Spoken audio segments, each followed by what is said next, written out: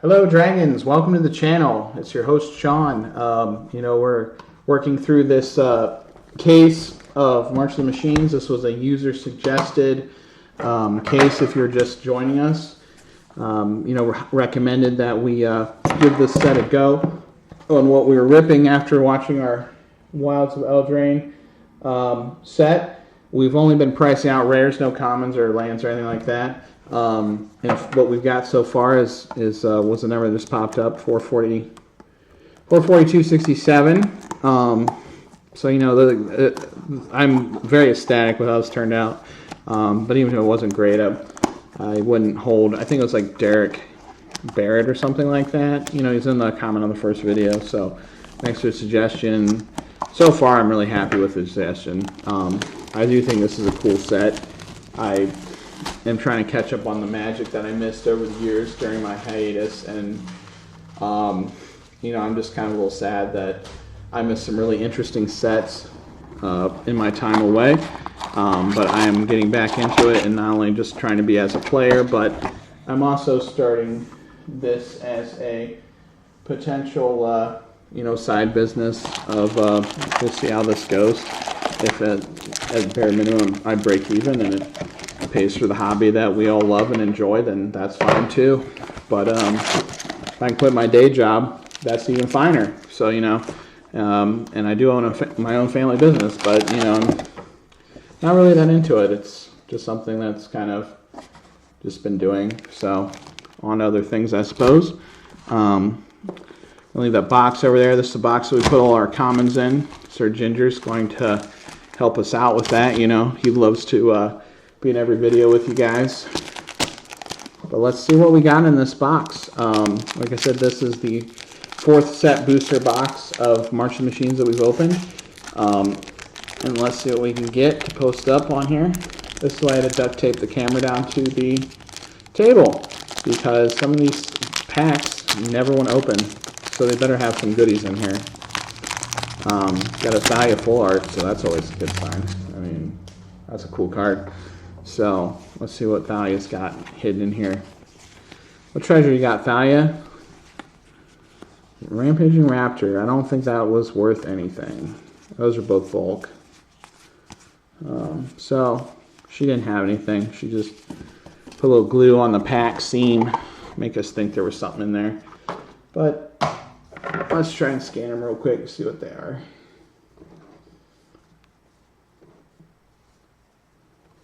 Oops. Oh, why is my scanner not working? Alright.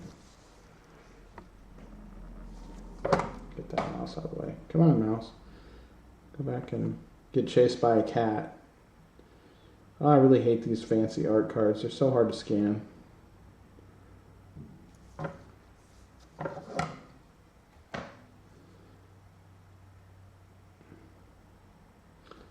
If you're just tuning in, we are trying to scan with a mana box. For whatever reason, it's very finicky. I don't think either one of the scanning apps so far that I looked at were super great in how to pick up cards. You have the choice between mana box or TCG Players app, neither of which are super great.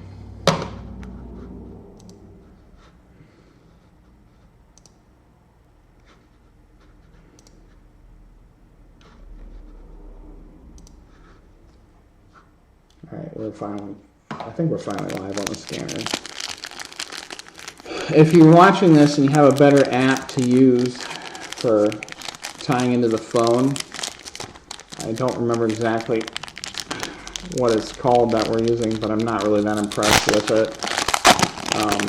Something that lets me cast my phone to my computer, because like I said, it's not great to try and do that. I mean, it's really unfortunate that I can just use a camera, and it works wonderfully to have multiple cameras on XSplit. So far, I just started using XSplit today. Really looking forward to doing some Magic the Gathering Arena on it. And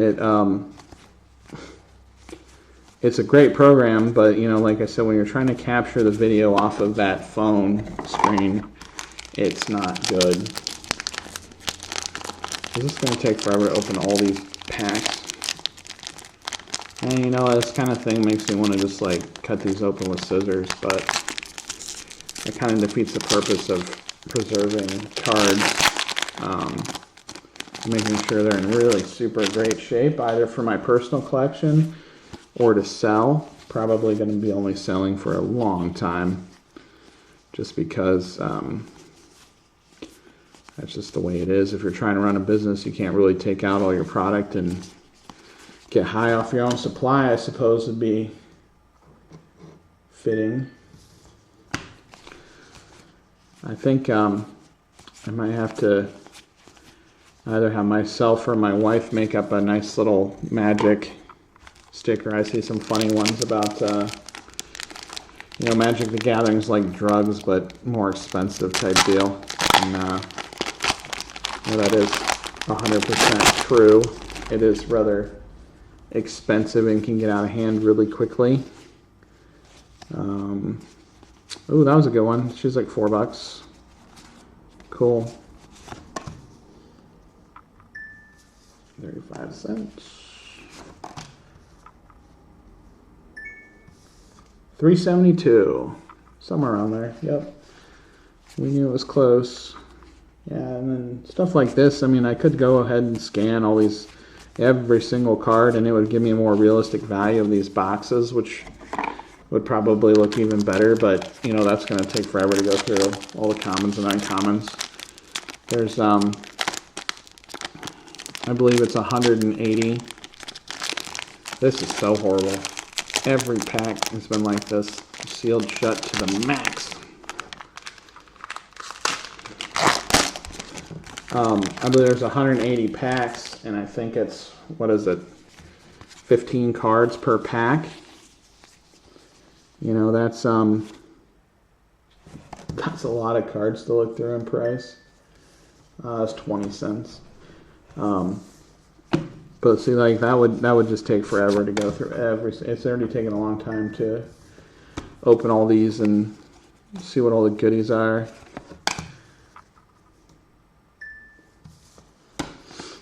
This is one of the ones I believe I was looking at doing an EDH deck.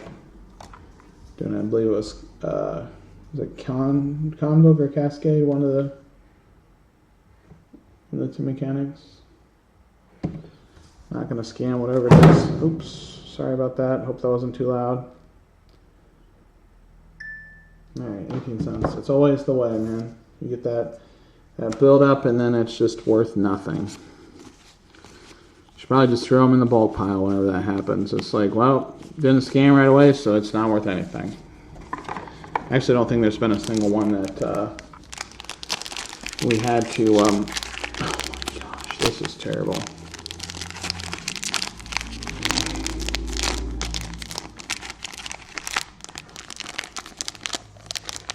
Yeah, that's super hilarious. I don't know why some of these packs just rip right open, and then some cases like this, they're boxes, not cases, sorry, they just do not open and don't want you to see what's inside of there. It's just top secret. It's also Strithix the Blitzdragon. I remember him from back in the day. I believe that was I want to say Scars of Mirrodin. I first started playing at the end of Zendikar. The end of the Zendikar block. I mean, it was in there for a while. I had to play against Caw-Blade way too long. Yeah, there we go. $8. So, like, the first full block that I played during was Scars of Mirrodin. But I did still get a lot of fun in Zendikar. And that was actually how I learned how to play Magic, was a guy named Evan Irwin at the store I played at. You know, if you ever stumble on his videos, hi Evan, what's up, man? Hope you're having a good one. 241. What was this? Fountain Watch. That one is, like I said, something I'm gonna have to look up the the value of some of those when they put that thing on there. This is a bulk dude. But it might still be worth a good bit. But anyway, you know, he just helped me put together a mono green, which is part of the reason why, like I previously mentioned, I am a diehard and will always be a diehard green player because it's what I learned how to play the game with. I don't know, like putting out big stupid dudes and turning them sideways has just always been fun for me. You know, that's people say, hey, oh, take it easy, let me win type thing, and I'm like, no, that's not how I learned how to play. I went in about 10 minutes before an F&M showed up. He threw a good deck together for me and had to play mono green against Cobblade type thing. So that was fun. But I didn't quit. I kept playing and playing and playing, and I don't know, probably not great. Decent at the game, I guess. I don't know. And then got second in an open, so you know that's not bad. Or whatever. It wasn't the state one. It was whatever the ones before state. So you know that was not bad. I ended up taking a break. I regret that deeply, but you know, past is the past. What can you do? Move on, as they say. So we're back into it, opening up packs. You want to have some content planned out. Broke $1.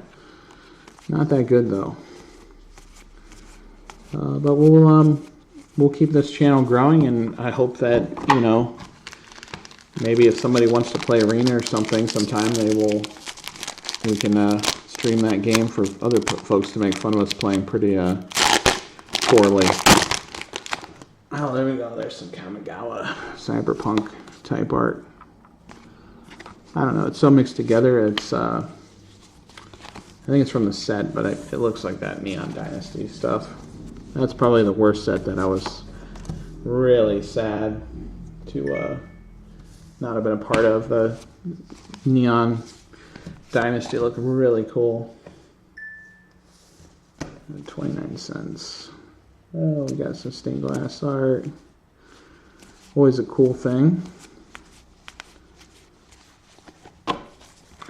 And now then, oh, we gotta get a dud box eventually, and I think this is shaping up so far to be a dud. So that's not great, but hey, if every case that you got was wonderful, then that's all people would do, was open up cases all day. $7 for old Elish Norn. Good job. Elish Norn coming through. It took a really long time for me to realize that that was some sort of evil alien zombie chick with a headdress on. And by a really long time, I mean like I played the whole block and then I took a hiatus and came back. And I'm like, oh man, that's a chick, dude. What the hell? I thought it was like some kind of little alien thing, you know? The first one, I don't remember exactly what she did, but it was like, I don't know. I feel like she negged out other creatures. It was like, yours get +2/+2 and the enemies get -2/-2 or something like that. But when she was, the art was looking, you know, like at her, it just looked like some kind of alien, like a bird beak. And then when they did this new art style, it's like very prominently it's a headdress. So I don't know. You can go ahead and, you know, make fun of me for that. Sometimes it takes a while to, a disturbing amount of a while to catch some things, you know.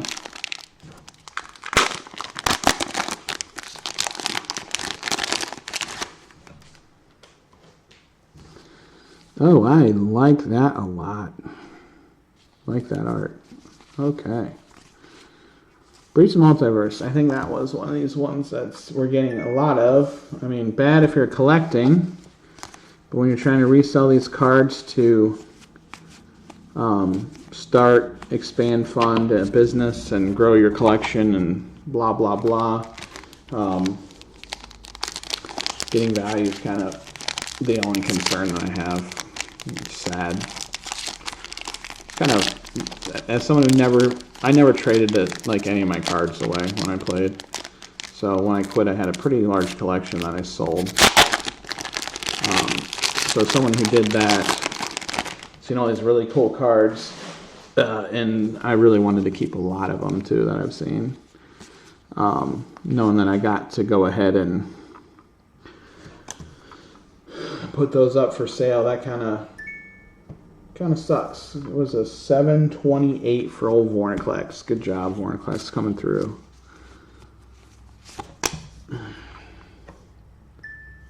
I'm sure it's going to be even worse when I delve into this 23 pounds of Magic cards. I'm not really expecting a whole bunch out of that.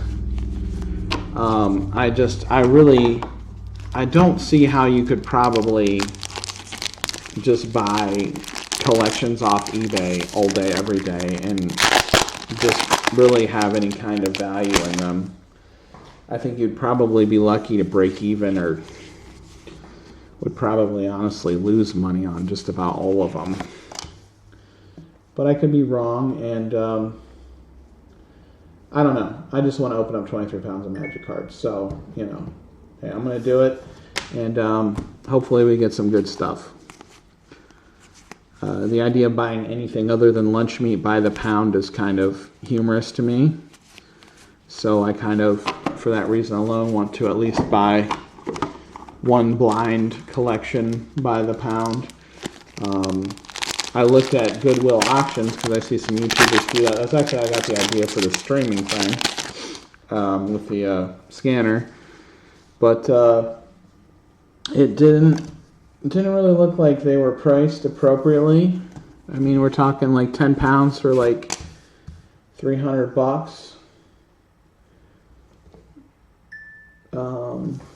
And that just was way too much money to justify that. There we go. Got a hit. Terror of Tawashi. No.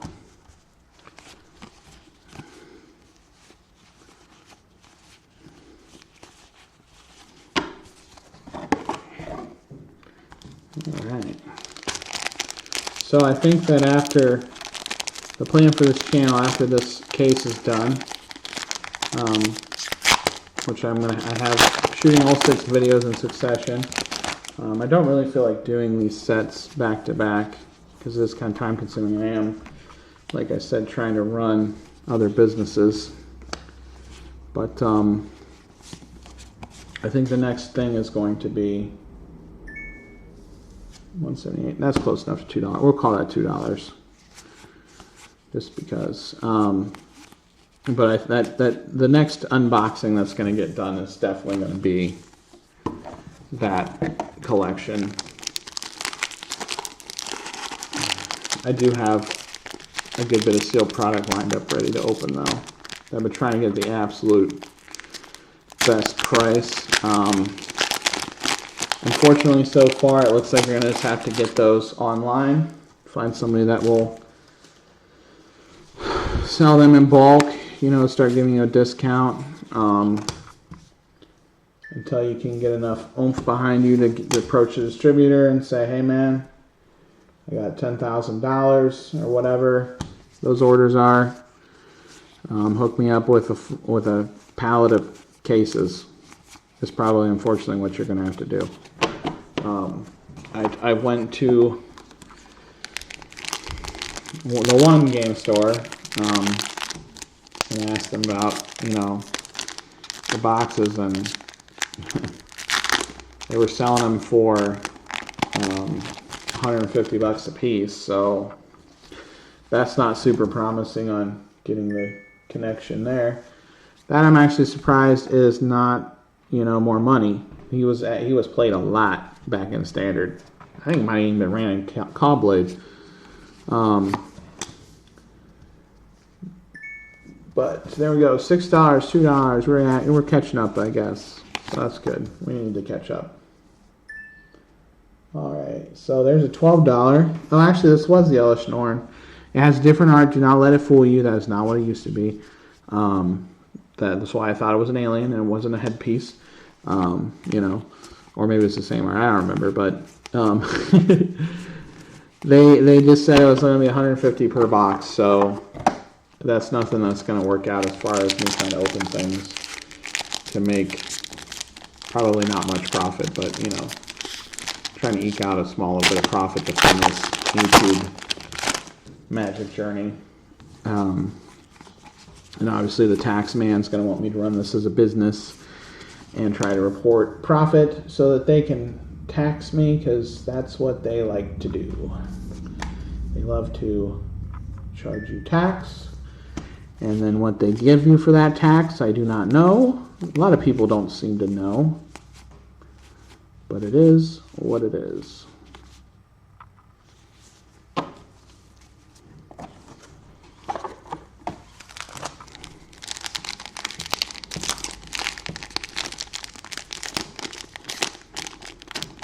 So far, I don't know how well you can see that screen, but we're at 517 for this case so far.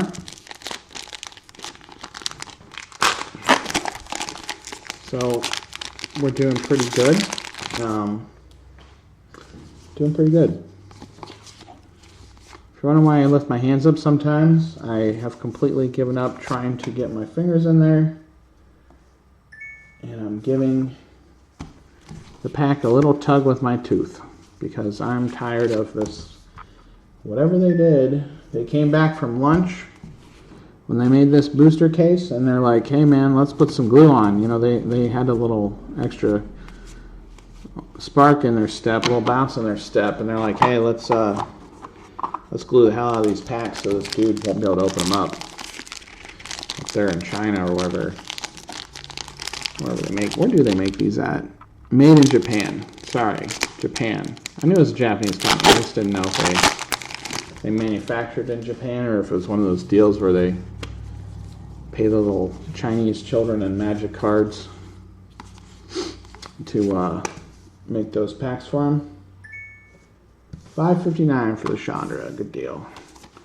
I don't know. Maybe they give them the food tokens or something. I don't know. That was a bad joke. Don't get mad at me. It's actually quite terrible that the whole world exploits these countries and has children going and working. That's a whole another story for another day. It'll be a lot longer video.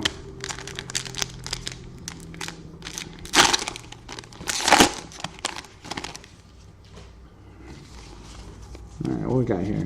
Ooh, we got the foil of that chick I wanted to make an EDH deck with. Nice, nice, nice. And one of the decks I was thinking about making was a land deck in EDH. So I don't know. Once we start the EDH playlist on this channel, Savra Elves is going to be the thing. But a couple of these cards are calling my name. I don't know. But like I said, I got to turn around and sell them all, so it kind of doesn't really matter what we get. The only thing I'm keeping in my collection is what I personally buy, and I don't really have any money for Magic right now. So I don't really have a personal collection. I got a couple fat packs that I'm going to open up. I'm trying to I used to get a fat pack every set that came out. So I'm trying to catch up on all those. 23. Yeah, this is why, I don't know if you can see that. I'm trying to zoom in on it. So if you're watching these videos, I try and handle these cards very carefully. And I'm even wearing gloves, which is probably really weird, but like I said, I'm trying to sell these, so I'm like, this is pack fresh, boys. And in my orders, I put the link to this YouTube. I'm like, here, you can watch me pull this out of the box. This is near meant for you. But I guess apparently one of the things that's kind of changed about Magic, which sucks, is that the grading for cards is almost impossible to get a 10 now, because the quality of the card that they have been producing has just drastically gone downhill. And you open these packs, even with gloves, being reasonably careful. I mean, we won't count the teeth thing. I mean, I'm not touching any of the cards with that, you know, whatever, man. It doesn't matter. Sent to you with love, you know, sample my DNA. But they just, looking at some of these cards, and it's like they have little nicks and bubbles in them and all kinds of just malformities in the card.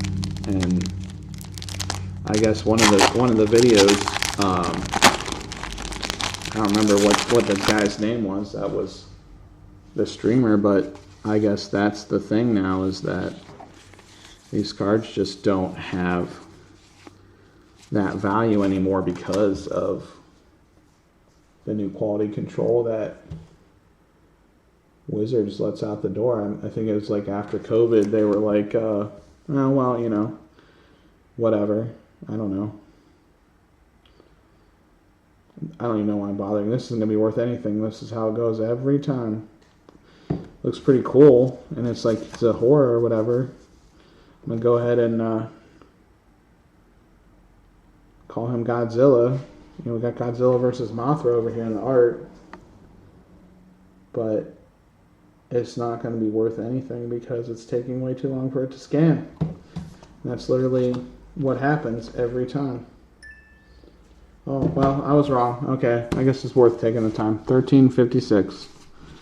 Finally, we spent the time, we invested it, it paid off. Your anticipation was titillating. You could taste it. You could cut the tension with a knife in the air. And it finally paid off for you guys. $13, man. That was a good rip, though. Just hoping we could break 600 with this box, you know. Not quite there, sadly. But still very, very, very, very happy with this round of boxes to open. And I really can't wait till we blast out level 4 so that I can start. I'll have to balance the price with the speed of selling them. But I'm definitely not going to be trying to push TCG low anymore. Once I hit level 4, prove level 4 status on TCG Player, that low price that I've been selling them for, not happening. It's going to be the probably the market price, with maybe a floor for some of the commons and uncommons. And I really also kind of can't wait to expand the inventory, and that's another reason why I will not be selling at TCG low anymore, because I'll be able to list so many more cards once I hit level 4, and it just really kind of sucks the way their system is. And it's, you know, if you've never sold cards on TCG Player, you know, the best way to describe it is, how much money would you like to lose? Some methods to level up to level 4 require losing a lot of money, some very little. I chose to try to get as much as we could back while working towards 4. Some people do crazy things like ship all their cards with tracking, paying $4 a pop.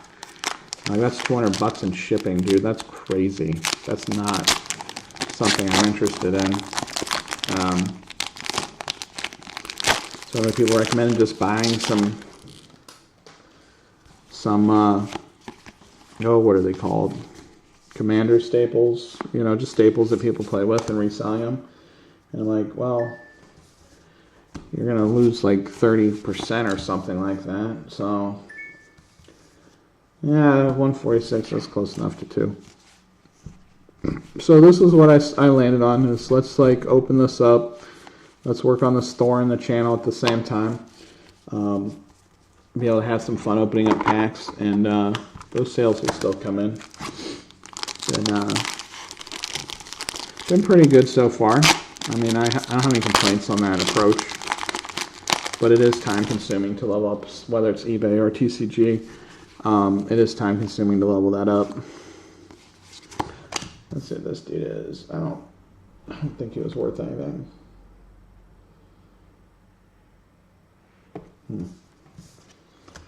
Okay.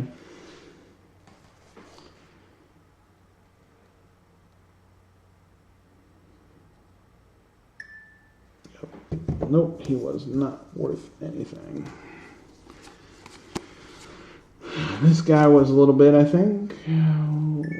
Okay, we got 144, pretty close to the $2. Got a really nice cartoony full art little dragon. What is he? Ape dinosaur turtle. I feel like some of these cars they just keep slapping types on there, but hey, that's cool. 15 cents. Well, we got this Rashmi and Ravgan. Elf monkey. Yeah. Remember what we just said about slapping all them types on there? 32 cents. Well, that was good. You know, I don't think it was as bang out as those other couple boxes. We are sitting at, what we got here so far? Like I said, pretty happy. For just the rares, 544. No commons whatsoever in this stack, no tokens, no lands. So I think we can bump that up. You know, we're going to keep going, like I said. There will be a break in product opening, though. And we're going to probably try and slide some MTG Arena in there. And some, I really want to dig into this 23-pound collection on camera. And hopefully we can get some goodies in there. But yeah, I need to mix in some old product and some new ones. So I think this is a good approach. And it's been a lot of fun doing these. And like I said, the quality of the videos keeps getting improving. So I'm learning a lot about streaming and YouTube and handling cards, pricing them out and selling them. And it's been a really fun journey. And I hope that, you know, you folks keep joining me on it. And just like to say, we're signing off for now. And don't forget to hit that like and subscribe button. And remember, as always, be nice.